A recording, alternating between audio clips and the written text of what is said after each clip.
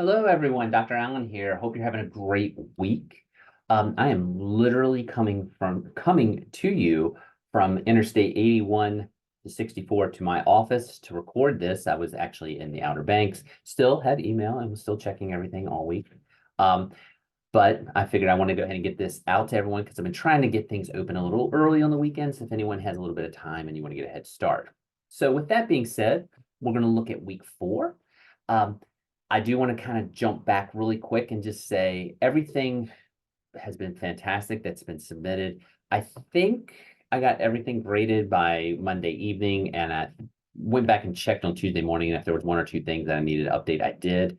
If I have sent an email, double check your grades just to make sure if you see an odd number or weird score, that's just an attention getter, and it's something to help me know that I need to touch base with you. Sometimes I can't open things, or maybe you've submitted something that needs to be open to the public, and I just need to get access to it to make sure that you've done it and have all the aspects to it.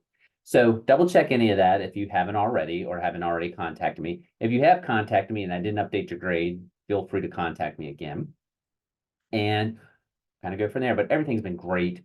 And I know I say this every week, and I think finally last week I said, oh, don't hold me to it. I said I'll try to keep these within a 30-minute period. I think I'm actually going to be able to do it today because we really only have 2 things we're focusing on. So we'll look at those and we'll kind of go from there. We're going to do lesson planning and AI, both very important topics. But for the purposes of this class, I think it's pretty straightforward. So why don't we go ahead and jump in? If you're looking at this week's syllabus, it's going to be in the purple.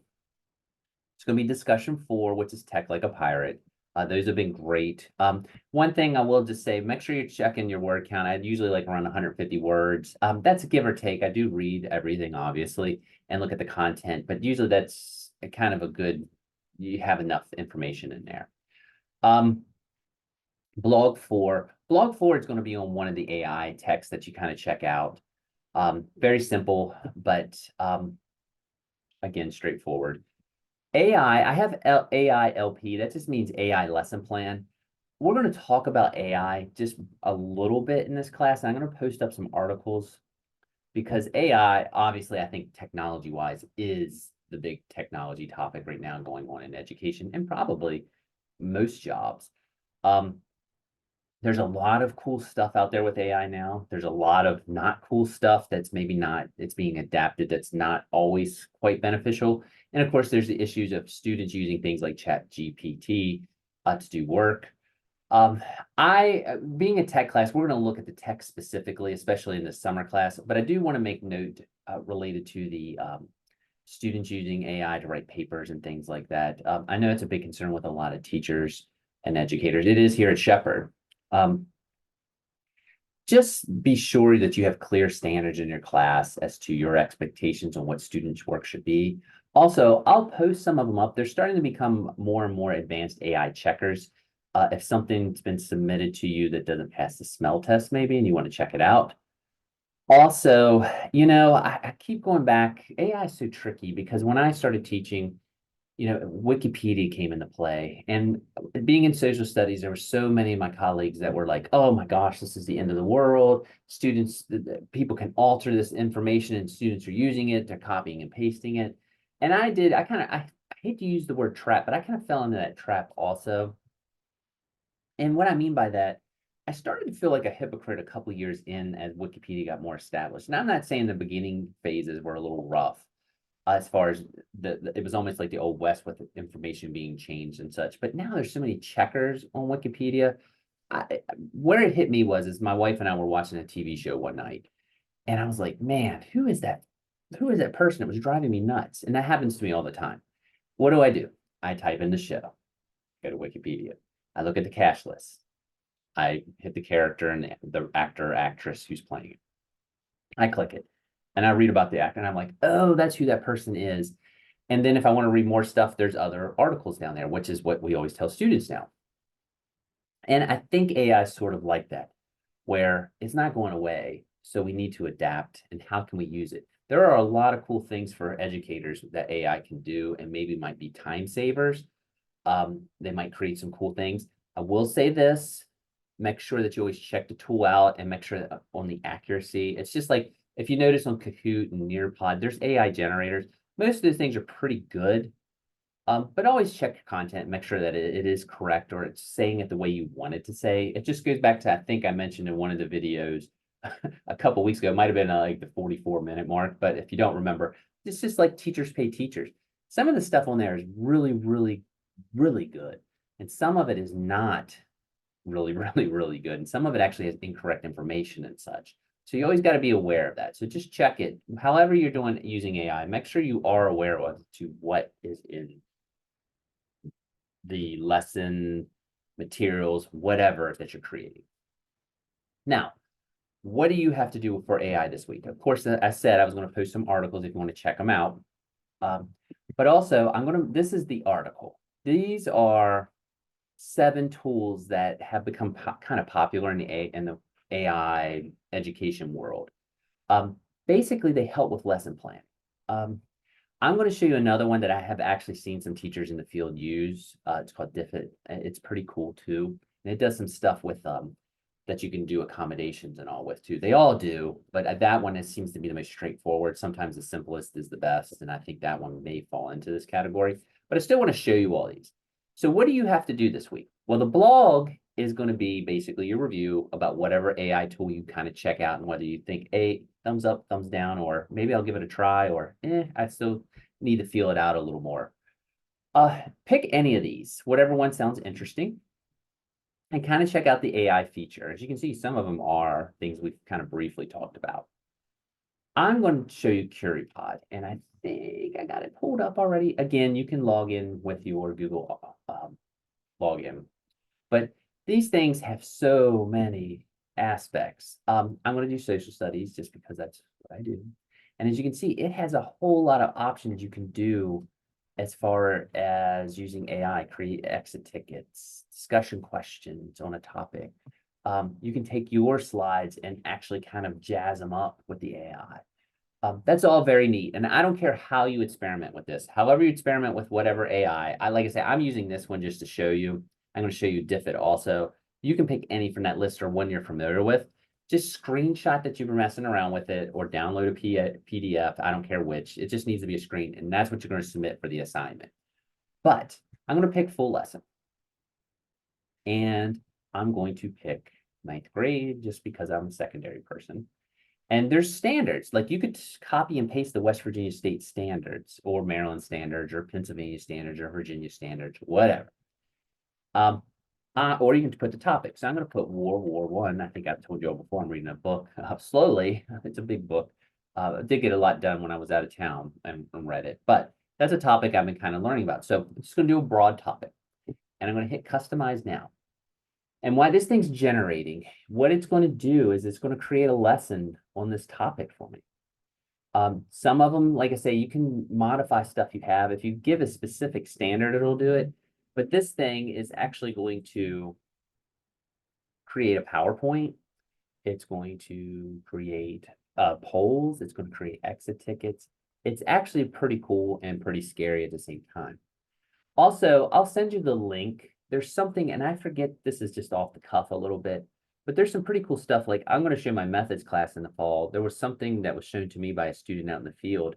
They had something where it's called history. I can't remember what it's history something, but basically you can talk to any historical figure via AI. And I don't think this is, it's just a conversation. Like if I wanted to talk to Napoleon and say, hey, what's your favorite food? He'll give me a long response or a detailed response and why and things like that. So you can have conversations, but that's neither here nor there. I was kind of killing a little time while this was loading. But as you can see, it's created slideshows. There they are. Illustrations made by AI. It's also got, what the objectives are and standards covered. Specifically with this one, these are national standards. As you can see, here's some, an introduction. There's an event of, different activities. I'm going to hit play and kind of show you all this, but you can see it generated all of this just from me typing in World War I. There's an exit ticket. So let's go back and I'll just present it. Hit present. And as you can see, you can still edit this. but I'll hit present. And, there's that. And kind of check it out. And that's kind of talking about the introduction to World War One and Archduke Ferdinand, who was assassinated, the July crisis that led to the war. So this is kind of one that's more like the beginnings of World War One and an overview. But as you can see, what event was considered the immediate catalyst? And they have you can start a timer, put a timer and generated it in there. There's the sides, the Triple Alliance, the Triple Entente, things like that. And resisting the urge to talk about some of this overview stuff with World War One. But again, I would add more details of this, but I'm just kind of giving you an idea of what it can do. And some of this, I have to admit, I'm still messing with a lot of this AI technology that's coming out as it comes. I mean, a lot of this is very new. And I'm kind of curious to see what you all think on your blogs, like if you think some of them are good or bad. So feel free to just kind of mess around with it, screenshot that you messed around with it. That's what I need for the assignment. Again, another timer. And as you can see, pretty cool. And you're not held to that list that I'm putting up. If you knew something else in your content area, that might be pretty cool. Just let me know. And as you can see, there's other things, turning points, which battle, again, timer, we can start that. And a little bit, you need to add time. And then, more battles, more music. So, stop.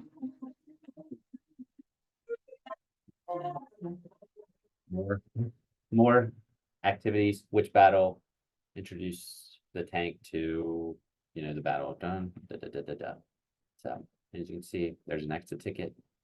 And there's some that you can do, you can the little poll at the end. That's CurryPod. There's the pin, just like with Nearpod, Kahoot, and all those type of things. So students would just join it. You just get the app. But just check one out. Like I say, you can do any from this list, or if you're familiar with one in your content area or anything like that, feel free to check it out. I just need a screenshot that you're messing around with one for the assignment and a blog review. And again, the blog review is the same thing. A couple sentences is great. And honestly, if you just emoji, thumbs up, thumbs down, and why, that's plenty for the blog review. If you look here, the other one I wanted to show you, it's not on the list. I have seen this one a lot in the field. So I just wanted to kind of give you an overview. Another one is Diffit. Diffit's pretty cool. It does one thing that's very similar to the last one. Let's do, sorry, I'm trying to think of a topic. I always type in World War One, but let's do World War One. Why reinvent the wheel, right? And ninth grade, and I'm going to hit resources. I also want to show you another thing that this one does, but this is your lesson. As I say this, also, let me just kind of, I think the urge to use this to write lesson plans is going to be very strong, especially as you get farther and closer to EdTPA. Again, it's a resource. Make sure you know the skills and the aspects of it yourself too. It's important to know that stuff so you can check to make sure what you're getting is actually good stuff. But as you can see, it has a reading, it has a summary. I'm not logged in, but I just kind of wanted to show you. It creates vocabulary, multiple choice for an assessment. Again, you can add questions to it as you go through, short answer, open-ended prompts. It's very, very neat. I like this one. This has still been my favorite one that I've seen, only because I like the simplicity of it. Also, say, for example, you have an article that you want your students to read and you're teaching, well, let me put it up here. I already had prepped a World War I. There's something from the Office of the Historian about World War. And I kind of read this, so it's definitely written for a secondary type audience. More specifically, probably like a high school audience. But if you look here, article, paste the article, I can determine a reading level for it. This is something for accommodations that I think is really nice. You can also do it in different languages. So we're going to do fourth grade. And as you can see, we can do different languages. I'm going to keep it in English, but you can kind of check it out. I don't care which one you try. If you like this one and want to mess with it, that's fine. I'll make sure this is up. But as you can see, it's generating the article.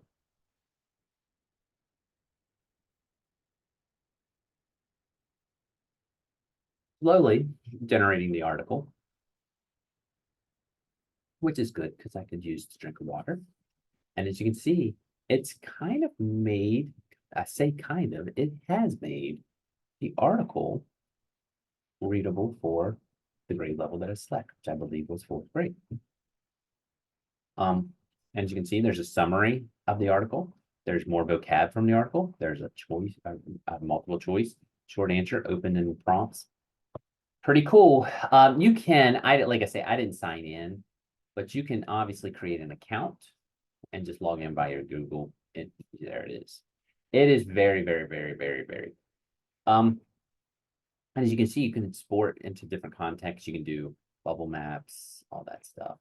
So I'm not signed in.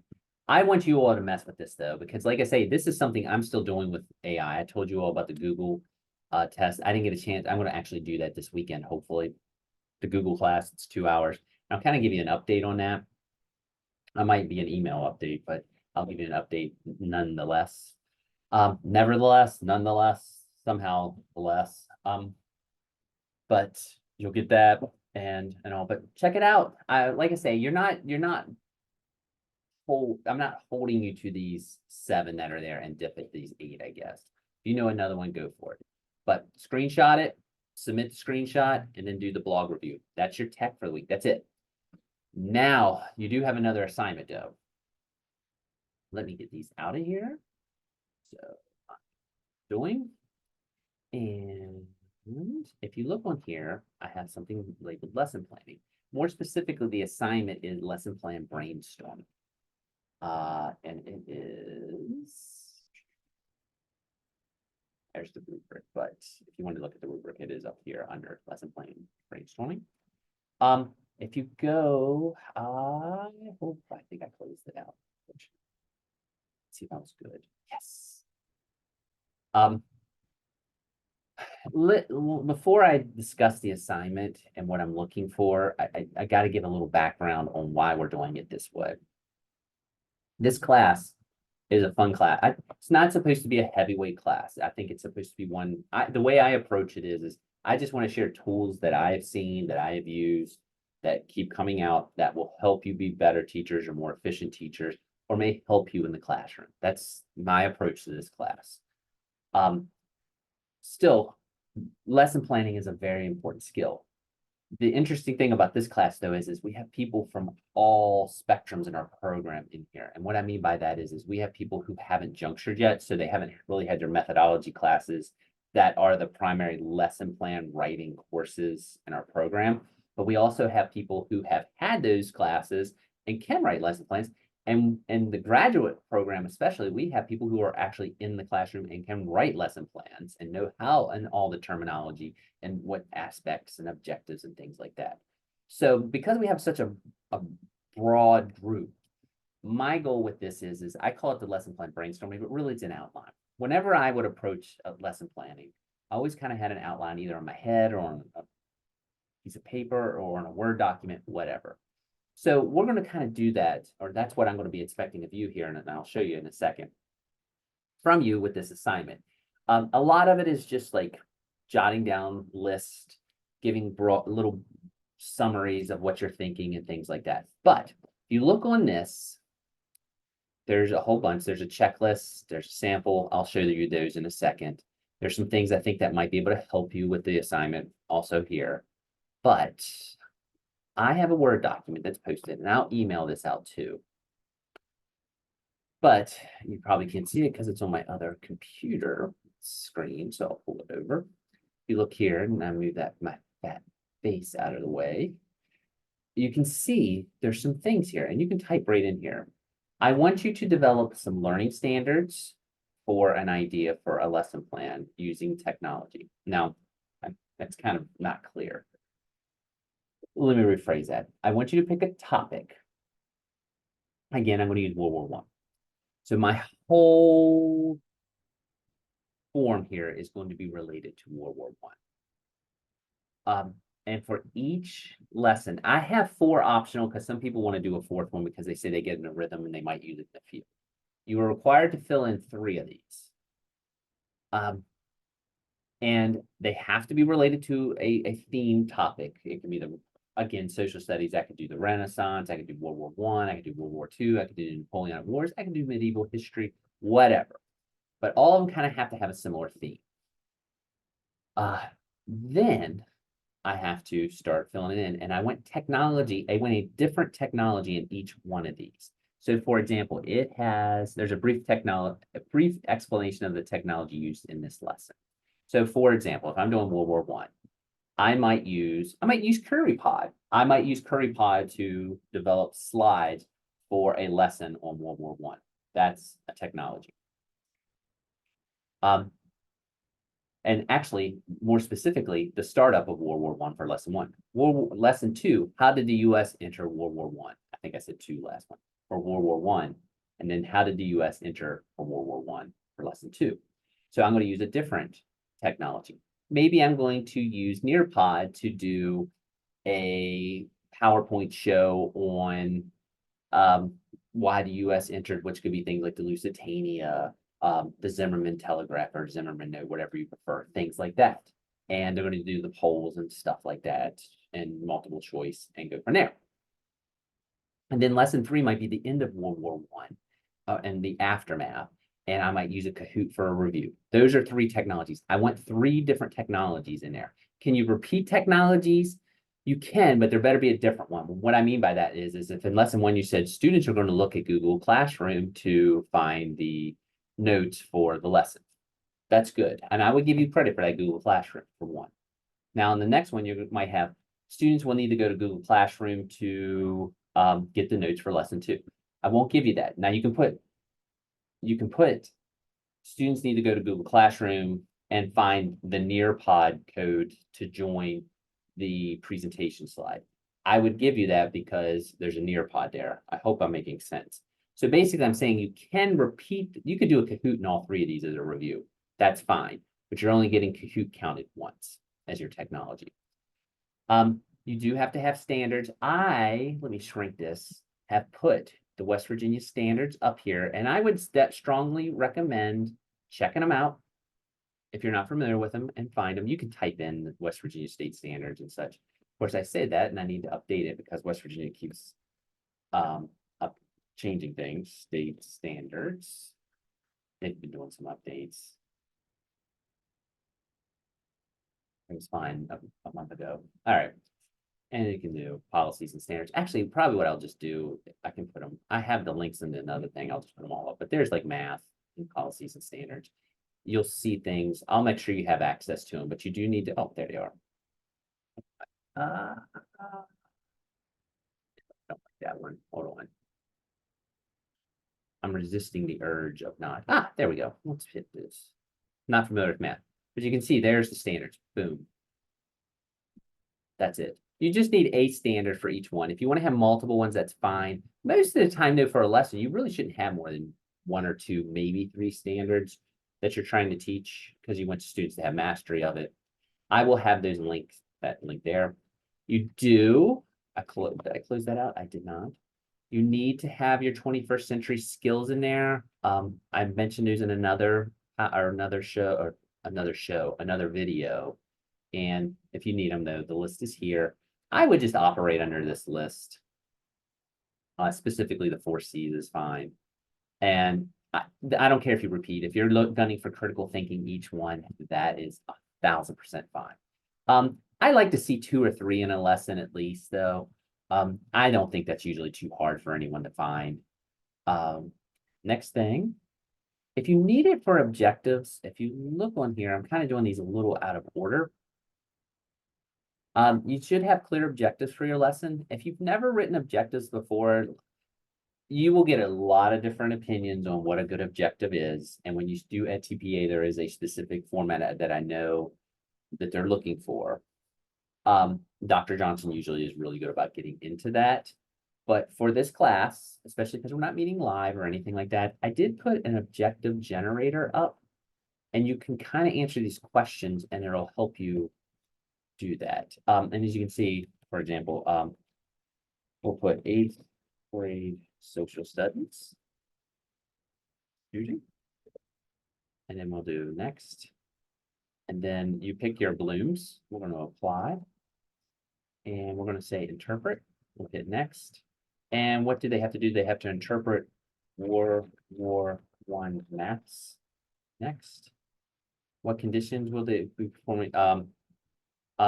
With projected Europe. Whoops, that was totally a terrible spelling. European maps. Probably should capitalize that, but I'm not. And there you go. 8th grade students will be able to interpret War One maps with projected European maps. It's a little wordy, but I think you get the point. You are welcome to use this to write your objectives. I have no problem with that. If you're comfortable writing your own objectives or want to look some up, that is fine. Again, there's a lot of different ways to kind of accomplish the goal. And I'll show you the example here in a minute. You do have to have an assessment in here. If you're using, well, for example, we looked at one today. If you're doing CurryPod had exit tickets. That might be the assessment for this day. You might do the Kahoot might be the assessment for a formative type.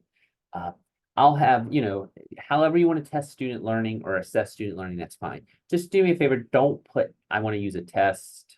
Students will be tested on this, or I will give a quiz for all three. If you can use the tech to do the assessment, I think that is wonderful since we are a technology class. But I don't take off as long as I see some form of assessment. Again, we're not a lesson plan writing class, but I think this kind of gives you an idea, especially if you haven't done a lot of writing of lesson plans, an idea of what some of the structure is. You also do have to give me the summary, and I should make the point, and you'll see it here in a moment. You can actually bullet this. The technology and the summary, you do have to write out just a little bit. And then the summary of the skills for 21st century, you can bullet. And the assessment, just a brief explanation of what you're trying to assess. Again, you have to do 3. You are welcome to do 4 if you want. But 3 is the requirement. And then I just said I'd show you the example or the sample. I think I said example. And as you can see, this is someone who did the West Virginia one. They use West Virginia standards. Oh, and I should make the point, if you're planning on teaching in Maryland, Virginia, Pennsylvania, or somewhere else, you are welcome to use other state standards. As long as I see a state standard in there, I'm fine. As you can see, they put the state standard, they copied and pasted, that's fine. This is the overview of all the standards that they're going to do. And again, I would just do it like this. I would do lesson 1, 2, and 3 first, and then just give the overview as the whole thing at the top. But as you can see, these should all be able to be mapped down here. But as you can see, they did, their objective right here, student will be able to identify. They gave a little summary. They're using Edpuzzle. That they're explaining how they're going to use Edpuzzle. They had critical thinking and collaboration there. And then they did a formative assessment and a summative assessment, which I kind of liked how they did that. I didn't formalize that as a requirement, but having a formative assessment and a mini summative, so to speak, I don't think is a bad approach. And as you can see on the next one, let's see if I can see another technology there. Oh, they're using Nearpod there. So there's 2 technologies. That's the assignment this week. I do not care what technologies you use. If you want to use a technology that we haven't talked about and you're familiar with it, that's fine, as long as you highlight the technology in that explanation and why you're going to use it. And I should clarify, I said I don't care what technologies you're using. I slightly care. If you're just using PowerPoints, I probably will not give you credit. Let me rephrase that. I will not give you credit. I know it is technically a technology, but that's kind of not the heart of this class.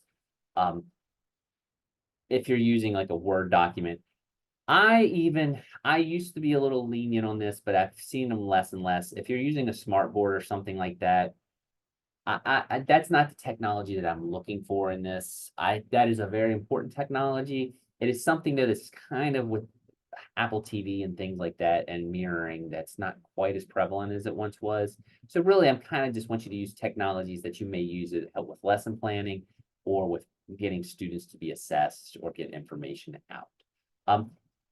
If you can make the case for some of those, just email me. That's fine. But I'd like you to try to be creative with some of the stuff we've looked at, if you could. And That's it. Those are the two assignments. So you need to do AI, mess with some of those, take a screenshot, post it up, do the blog, couple sentences, whether you liked it or not. Again, I'm still learning a lot of these AIs. The ones on the list I've messed around with, but Diffit and CurryPod are the two that I've messed with the most. So feel free to just give an honest review. Again, everyone's been good about that on the blogs. I have no stock in any of these companies, so it doesn't offend me one bit. Some of the technologies here I like. Edpuzzle, just to get off on a sidetrack. I was really surprised on the blogs because sometimes some people are like, Edpuzzle is a little clunky for me. It seemed like that was a very popular one in this class. I like Edpuzzle too because it's one of those things, once you figure it out, it's pretty cool. But some people don't like the clunkiness of it. So anyway, I'm kind of getting off topic. I think that is it. Everything will be up here. If you were, I think I've put some of these up before, but there are some, those ones I mentioned in the video last week, Classroom Dojo, Management Tips, Class Prep. I did put these up in case you're interested. Also, planbook.com. I put that up there. That was one I used with things like Schoology and such. It's kind of, they're popular, but they're not quite as popular as they once were. Again, I think I made this point.